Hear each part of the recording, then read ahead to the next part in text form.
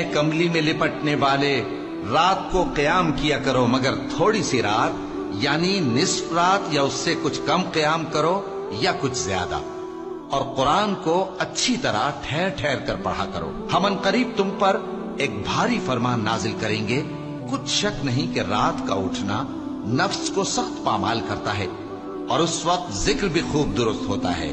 دن کے وقت تو تمہیں اور بہت سے شغل ہوتے ہیں، تو اپنے پروردگار کے نام کا ذکر کرو اور ہر طرف سے بے تعلق ہو کر اسی کی طرف متوجہ ہو جاؤ۔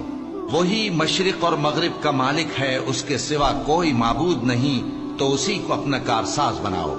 اور جو جو دل آزار باتیں یہ لوگ کہتے ہیں ان کو سہتے رہو، اور خوبصورتی سے ان سے کنارہ کش رہو، اور مجھے ان جھٹلانے والوں سے جو دولت مند ہیں سمجھ لینے دو، اور ان کو تھوڑی سی مہلت دے دو۔ کچھ شک نہیں کہ ہمارے پاس بیڑیاں ہیں اور بڑی زبردست آگ ہے، اور گلے میں اٹکنے والا کھانا ہے، اور درد دینے والا عذاب ہے۔